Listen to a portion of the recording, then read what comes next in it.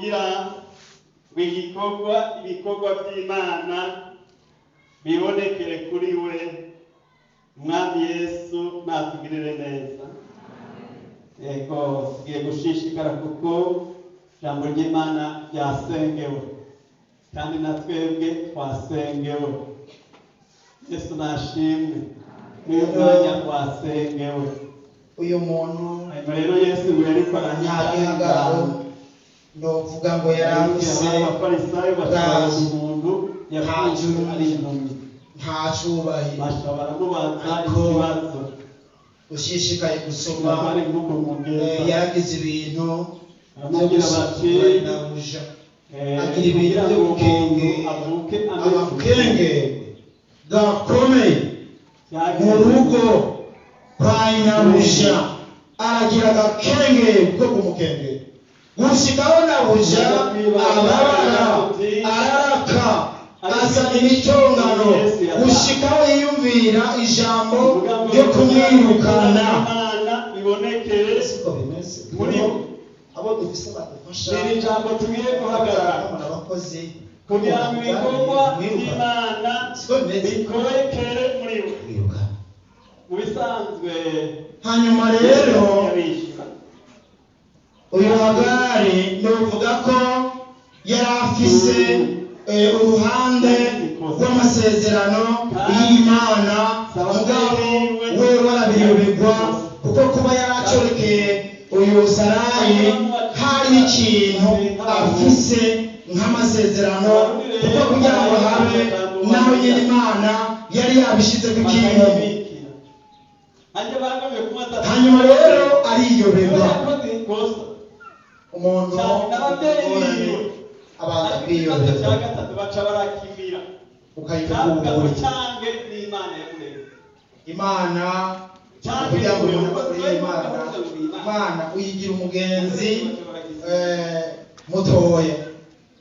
ukora umugenzi usanga ari umuntu ufise nk'umugenzi w'umutegetsi ntiwo mufata uko wishakiye.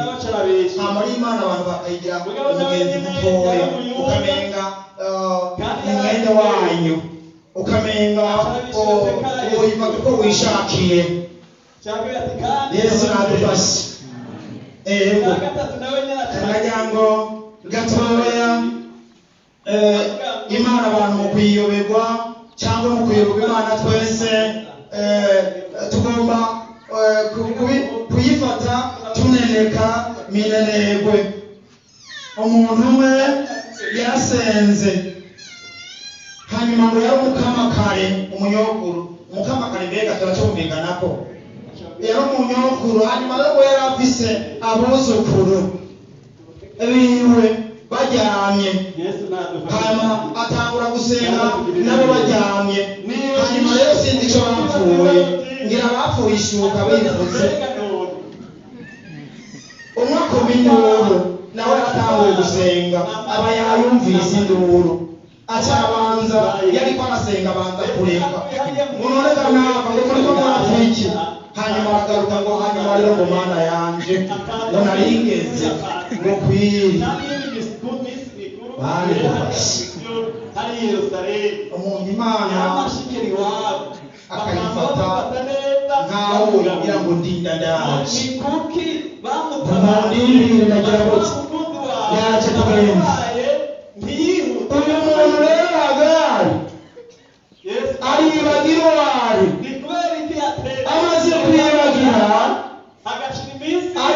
atangura ibintu by'agasuzuguro byo kutamenya nabuja uko ameze, kutamenya ko nabuja ari nabuja, ko ari we yemeye, ko ari watumye aba mu bwami bwiwe, ko ari watumye amererwa neza aranigwa. Kuko kugira ngo umuntu w'umukozi arambire ahantu habe abanza kuzurana nabuja. Siko none utuze umuntu yo kwibaza ati none Imana yamushingiye ugiye ko umuntu agororotse atunganye yubaha Imana yitandukanya n'ikibi cyose maze kuyoberwa ibituza cyareze uhereye ku nka indogobe zikagenda intama zikagenda abana bakagenda no mu biruhuko byagenze agasakosha kwiwe ego akibonera hanyuma aragenda kandi yari yagiye gusaba imbabazi nuko twebwe kiba yibagiye gusaba imbabazi umukozi w'Imana kubera ibyo byose byahise kuri yo urabona n'abasomyi biwe baje basaba n'ukuri yatubwira ko imbabazi akora ko n'icyaha agenda agize gute nashuka umuvuga kuragoro n'icyaha kigenda kinyoye nta muntu agora kuko usabye imbabazi kuko wabonye ikosa wabonye ibibi wakoze ukabyemanga ukabivuga hanyuma rero ntabwo yaribagira gusaba imbabazi y'amakosa y'utuntu agenda akorera inarusha inarusha kura hasi tifatira imbere igikorwa cy'Imana kibonekere kuri yobu becyarakoreye kuko Imana nawe kiragufasha kiratuma nawe igikorwa cy'Imana gikorekera muri wewe Yesu natugirira ngo cyamusanga ageze ahantu cyishikara kibaza ati mbega none reka tubasome mbere hari ibyakozwe ibyakozwe n'intumwa igice cyane hanyuma rero aramubwira ati rero subira inyuma uce bugufi munsi yawe uce bugufi munsi yawe Mana idufashe harabuze ijambo ryo guca bugufi imbere y'Imana turakeneye guca bugufi uri mukuru uri mutoya turakeneye guca bamuhekenyera imisaya turakeneye guca ariko Stefano yuzuye twemye ahanga amaso mw'ijuru abona nde ubwiza bw'Imana abona naje kandi na Yesu ahagaze mu buryo bagwanira ibyicaro aravuga ati mbonye ijuru rikingurutse n'umwana w'umuntu ahagaze iburyo bw'Imana nari ndi ku ishuri umukozi w'Imana hanyuma biramba bamuhindira inyuma y'isanga bamwicisha nibaza navuye nibaza ibyo wa muntu yabyitiranije aritiranya abona kumbure abakozi b'Imana hari igihe babona twambaye kositime bagaca bibaza ngo kositime kumbure nizo tugurirwa n'abakristo cyangwa n'izifashanyo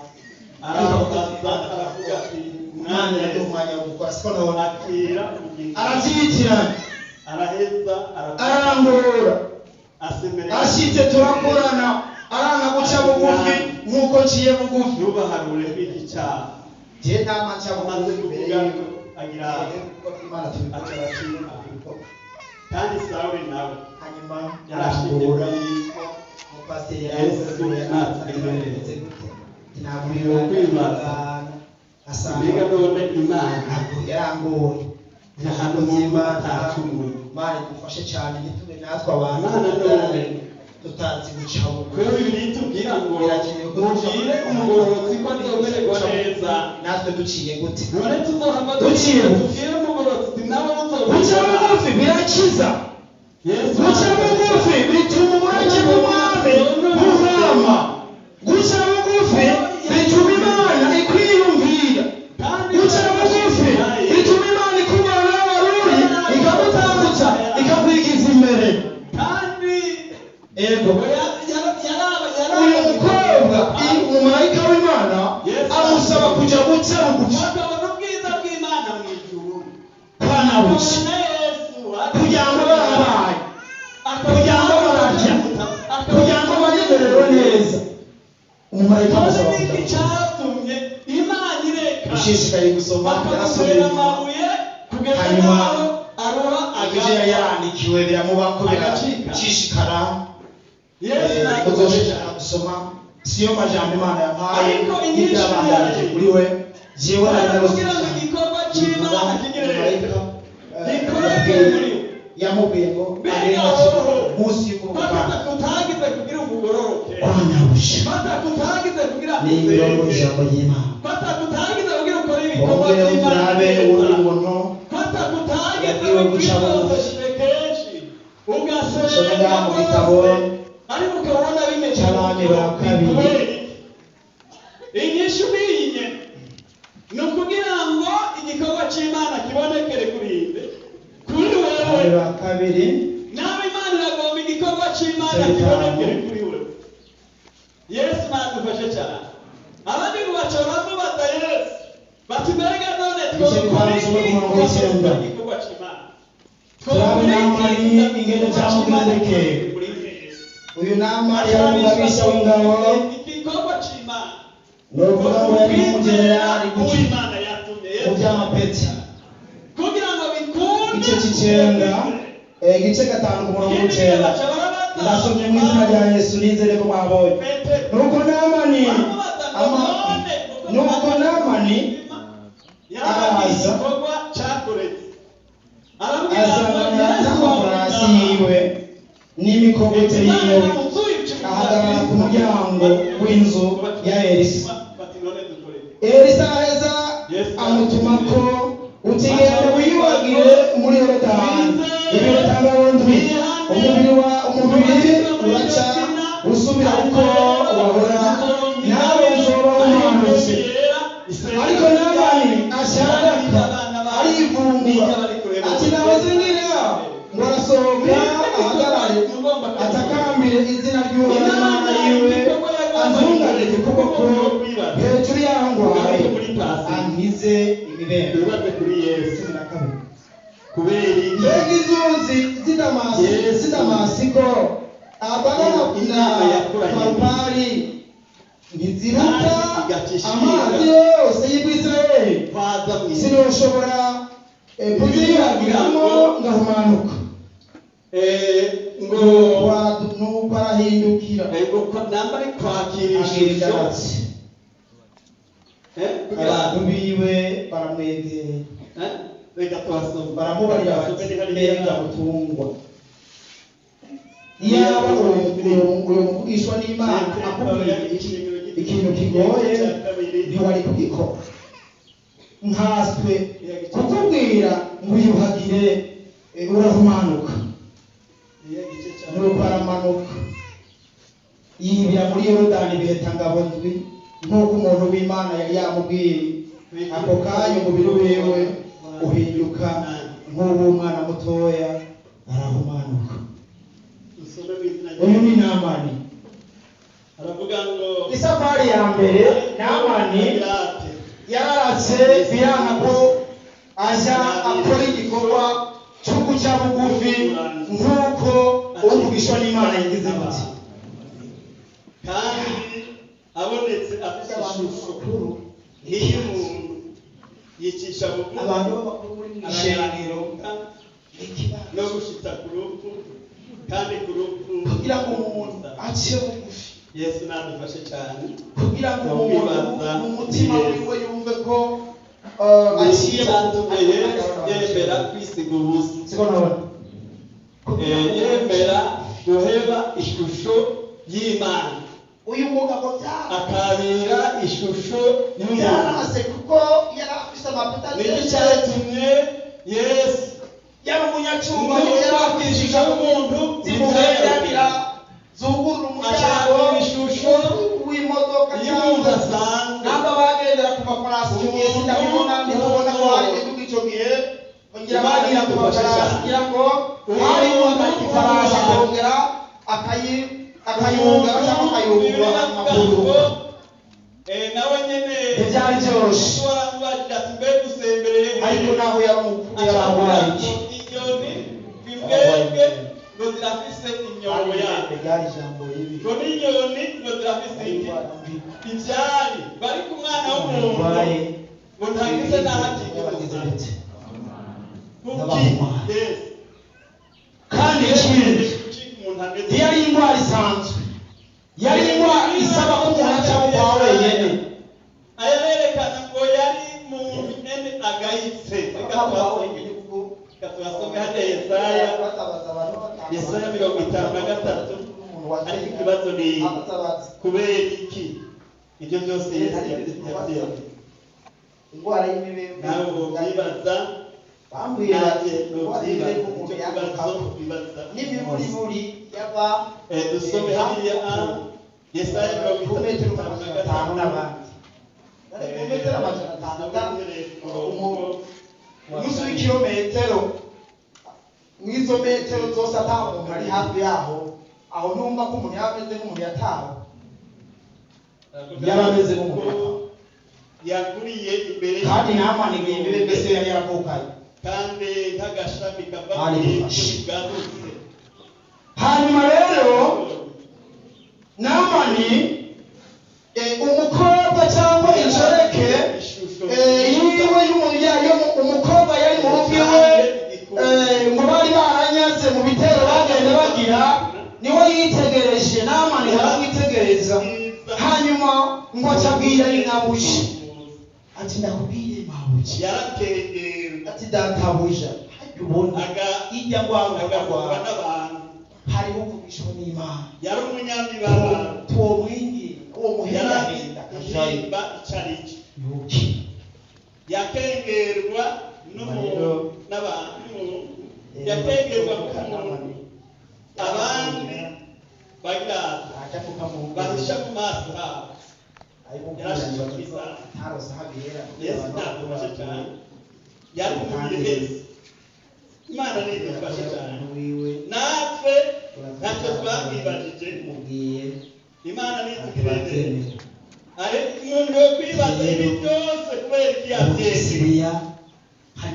Imana ni itugirire neza kandi yemeye iyi shusho kuko ngo hanyuma rero Namani ariko aragenda afata ingabo ashyitseyo ubwisha n'Imana amubwira ati genda wibire kandi ntuza kwibira igihe cy'akabo kimwe uze kwibirira cy'akabo bingahe ibihe cy'akabo bindwi Namani amaze kubyumva arapfa amaze kuraka atangura kwidoga ngo jewe ngo narinzi ngo yuko azagufata ukuboko ngo kwiwe ngo akafata bakazungagiza ngo hejuru yaho gize gute ngo hanyuma akabwira Imana yiwe ngo gahezekanyira gutya ngo sinarinzi kwambwira ko nza kwibira muri ruriya ruzi rw'ikiziba kandi iwacu hariho n'amazi meza yo asumba ntushobora kwiyuhagiramo ariko ayo mazi meza yo kwa Namani nta muti wari urimo niyo bakengera nta ngorane Yesu yarakengerewe twabwira ngo igikorwa gikoretse umuntu azogumva akengeretse mu isi azegumve amahoro ati na Yesu yarakengerewe ngo yahugwa n'abantu ngo yari abanyamibabaro muhumure abantu bakengerwa muhumure abantu bafite intimba nyinshi muhumure abakengerwa nk'umuntu abandi bahishe mu maso habo nta ngorane pole hanyuma ego ririya hejeje Yesu nadufashe cyane Yesu ngamunoti yaciye mu bibazo byinshi rumva Yesu yavutse asanga inoti uretse ko yavutse inoti niba ku nkumi umwana w'umukobwa ati ndasabye agacanga yambere bamwita ngo iki umuntu avuze ku nkumi bamwita ngo iki yase kwishora umukobwa mitware wa mugabo mugize Yesu itwaro amugize ubwo ikibazo turiko turibaza abarabimenye ko yashobora kugira umujyana kubera iki yabigize abandi bari indirimbo barabaririmbye bo mu Rwanda hanyuma rero baragenda bagiye kuvuga ubutumwa ahantu banezerewe nyene biteguye basoze bashabagira igisida umuntu muratembagara ngira hasigaye n'umwe canke babiri bacabarira indirimbo Namani abanza kurakaranana badashobora kwibira muri Yorodani yerekana ko umukozi w'Imana ngo yakwiye kuza ngo yibaza ko ngo hejuru yahagize gute murahazi mu bwato bw'inka narigeze gusengera ahantu inkazi tamasi nyuma rero ahantu nyene hatumbeho bitubiranye ngera guca numva yanje aho ugaca yubatse ahubwo asenga mbese numva yanje acafatisha ku mutwe wiwe abantu bahunze n'abantu bari mu buhungiro yo rero ndashikara ntibamukure kumbe yayumva nashize ku kuboko atoki ariko cyo ukuboko kwaje nuko nasizwe amavuta nuko ibisigaye mpamagara Imana ikaba ariyo bishitse igikorwa ariko cyo ntagakiza kagize ugashika agakiza karimo wese kwakusanyukira ubwe musakirito ntihari wa mugore yarabaye niwe yakoze ko acaragira gute acarakira ubugaragwa ntakizobagira ngo hashika ntarushuko tumeze twashika ku matogere 40 iyo hakanye naho bijya namani abantu biwe ingenda n'iziriwe ziramubwiza ngo zirababara kuko hari igihe n'amakuru na Mariya na bakugora akaba ari kandi buke yose ntiyakinaza abantu biwe bamukurikirana ingabo ziwe zanduka zirababara idatamisha mbere kusaba ikintu kigoye gusumba kuja kwiyuhagira ntiwari kugikora subira umuvugishwa n'Imana mwumvire ukire numwumvire ubohoke bari kugira ngo bikunde igikorwa cy'Imana gikoreke ate yitwa Yesu w'i Nazareti. Iyo musanuka ngo Yesu w'i Nazareti kugira ngo atandukane n'abandi ba Yesu. Yesu nagufashe cyane utavuze Yesu Kristo ushoboye uti Yesu Umunyanazareti Yesu Nazareti uvugishwa n'Imana Yesu Nazareti acajya hariya nta cyizere bise bizagenda bigira nk'uko uvugishwa n'Imana yakubariye hanyuma rero ikibazo gikomeye amaze kwibira igihe tangabo kimwe arasubira igihe tangabo kabiri arasubira igihe tangabo gatatu arasubira kane gatanu gatandatu ubwira ndwi ashabarira yariko arashita Imana arikundi yari yarabiteguye Imana ikitanga arikundi Imana yagira nukuri atambura kubera abantu banje acatambura ari igikorwa gitarega gukoreka kwemera no gutasura Yesu nazirebe gutasura amavyuka rero acara atambura kumwemerera ibintu bitagenda cyangwa ibintu ndabivise umukozi w'Imana ati shwi jewe nawe ntuhora wagakiza na wagakiza tukudutanga ntitugurisha amafaranga nta n'imyambaro dukenera ari 2006 Matayo 2006 umutegetsi agore amasuwe ajya kujandajanda mu bikorwa byiwe mu bwami bwiwe neza kuko agaca gute basomura ubuje guca bubita cyo kintu kibuze avuga ngo nahabonye ni urupapuro rwa 37 avuga ngo yunguruza imbere gatoya arunama arasenga asangwa byoshoboka iki gikombe nikindenga ariko ntibibe uko jewe ngomba udaciye yamara bibe uko we ugomba ubwo ibintu byose umwanya usibire kuri 40 ko abantu mubana avuga ngo bafata uhumve ko mubana n'umudamu Yuda umwe muri bamwe cumi na babiri aratatanye n'igitero cyinshi ukuri kizana inkota n'amahiri kivuye ku baherezi bakuru n'abashinganari kubwo bwoko ariko umukura yari yabahaye ikimenyetso atuwonja gusoma azoba ari we mubaboneka ngo woze muri abantu basanzwe ni cyera abagabo barashaka ako kanya ashikira Yesu aramubwira ati nabaga mwigisha maze gusoma kura Yesu aramubarira mugenzi wanjye uzanye ntukikore buno baraza bashorera amaboko kuri Yesu baramufata maze umwe mu bari kumwe na Yesu atuma ukuboko asokora inkota hari izindi ngufu yiwe ayikubita umusumba umuhereze mu byo amutugutu ndabitwemereye buno Yesu arabarira asubiza inkota yawe ahari kuko aba bantu inkota bose bazumvishwa n'Imana nugumvikana kugira ngo n'imisi ngo sinoshobora kwiga data nawe akadukira umunyene abamarayika basaga legiyoni 12 none ibyanditswe byoshikabite Yesu nadufashe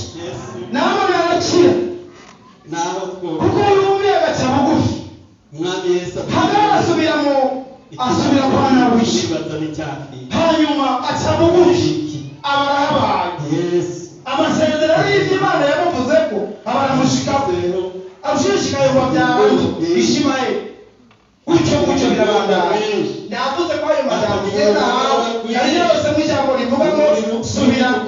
hanyuma kubuja nase bugufi mutima wari ubagize gute agasenga inshuro kangahe kandi akaruha akavuga ati Imana iki gikombe n'ikingwi mbenga Imana yo mu ijuru ikarabirya agasenga ijuru rirugara Imana nitugirire neza kubera iki ariko ikibazo ni cya kindi hari kugira ngo igikorwa cy'uhoraho gikorerwe muri Kristo Yesu nadufashe cyane Imana irihota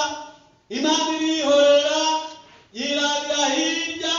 arasenga araruharahega aravuga ati noneho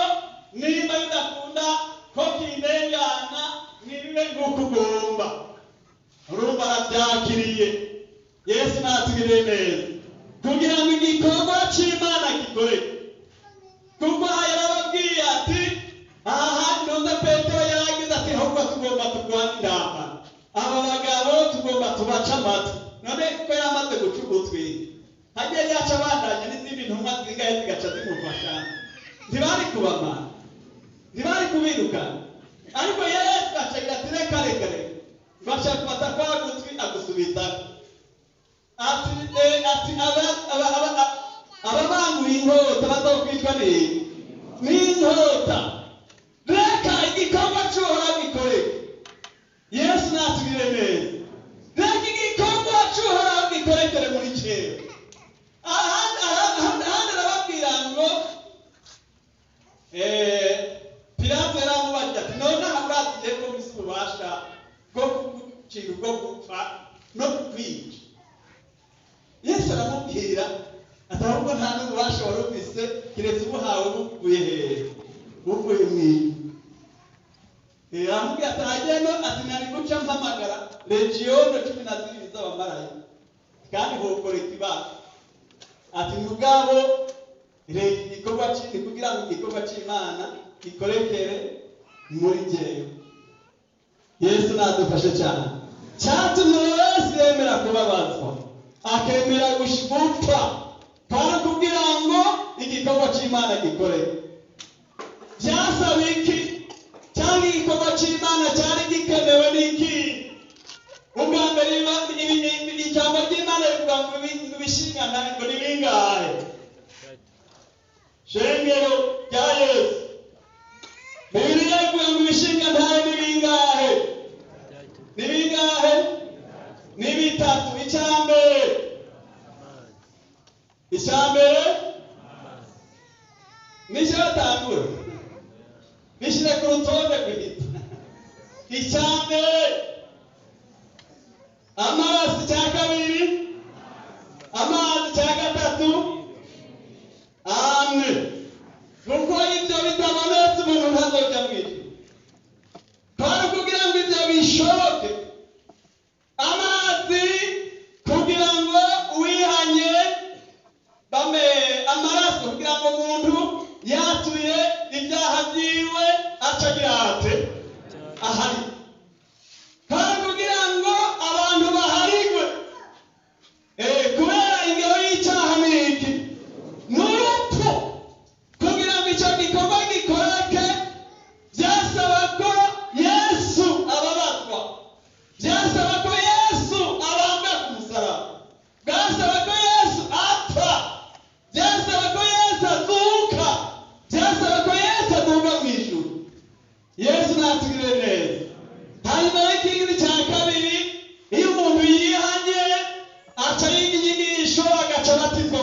menshi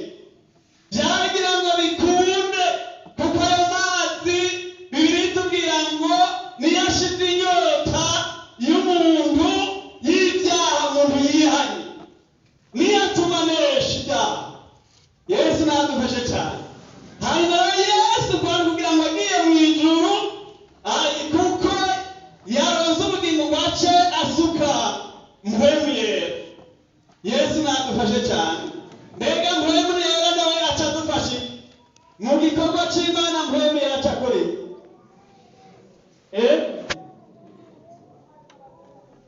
sawa, reka tuharengane gira ni kubera izuba. Mpwemu yera niwe aca adushoboza akaduhindura uko Imana igomba, akatwibutsa amajambo y'Imana, akatwigisha amajambo y'Imana, akaturongora ndetse akatwibutsa n'ibyo Yesu yasize, ndetse akaduhishurira n'ibigira bibeho, akaduha ingomezi mu rugendo, akazodushikana aho Yesu ari. Kugira ibyo bikunde byasaba ko Yesu abambwe ku musaraba. Yesu nadufashe cyane. Reka turabe ikintu kimwe cyakoretse. Urabona ijambo ry'Imana riravuga ngo ibitangaza ngo byabaye Yesu apfuye ku musaraba acikanye. Icyambere igitangaza cyambere cyabaye ni kubera ko twamenyereye Yesu natugiremeye igihuzu gikingira hera cyane ngo gica gitabukamwo kubiri ngo gihereye hehe hejuru. Bigaragara ko ari Imana igitabuye igipande kimwe hariya ikindi hariya, umuntu aca arugurirwa gushika hehe. Yesu natugiremeye yemera abambwa ku musaraba kugira ngo icyo gikorwa gikoreke. Ikigira kabiri cyaciye gikoreka ngo isi iragira ate iratigita kubera Satani yiciyemo ahunze na Yesu akamukurikira kubera gutinya Yesu, isi kiratigita. Ikigira gatatu terekana ko ibikomere bizonyiganyiza. Imana nitugirire neza. Ikigira gatatu ibitandara biragira ate birasatagurika. Haleluya. Ikigira kane imbatabera zigira ate bishatse rega nukubifata abaga nukubisoma, kandi si kubisoma gusa mubibika. Dawidi yavuze ngo nabitse ijambo ryanjye hehe mu mutima wanjye kugira ngo nawe kugira ate. None umunsi badutwaye amatelefone, umunsi badutwaye Bibiliya,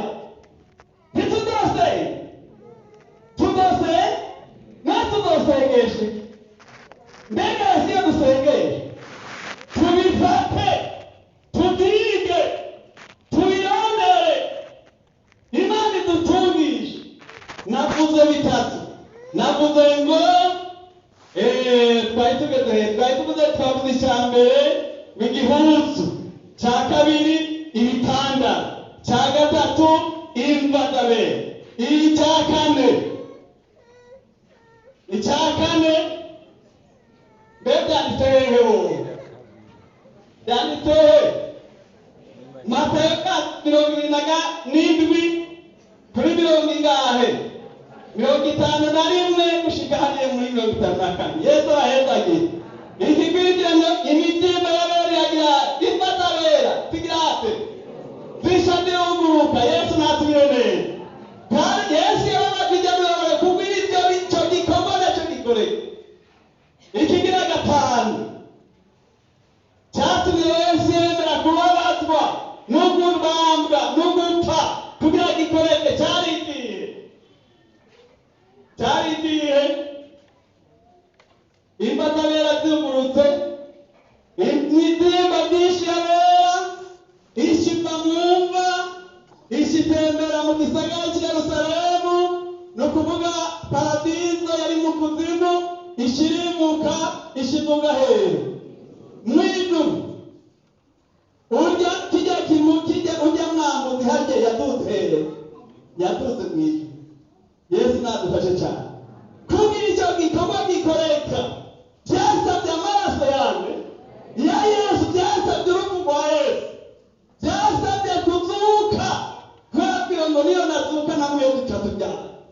yaduka none mu gikorwa cyari gukoreka. Yesu nadufashe cyane. Tuduze ibiganza dushime intsinzi ya Yesu. Byasaba kababazwa kugira ngo igikorwa kugira ngo bikunde. Yesu nadufashe cyane. Reka nabereke ikindi gikorwa cyakoretse.